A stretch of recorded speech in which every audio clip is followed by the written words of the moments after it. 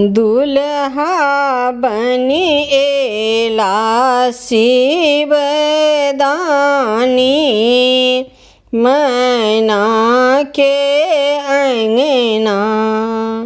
दुल्हा बनी एला शिवदानी,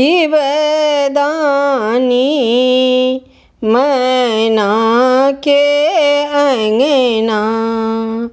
आहे मैना के अंगना, सखी हेमंत के अंगना।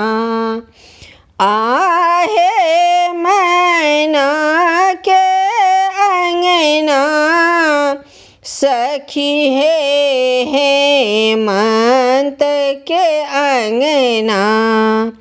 दुल्हन बनी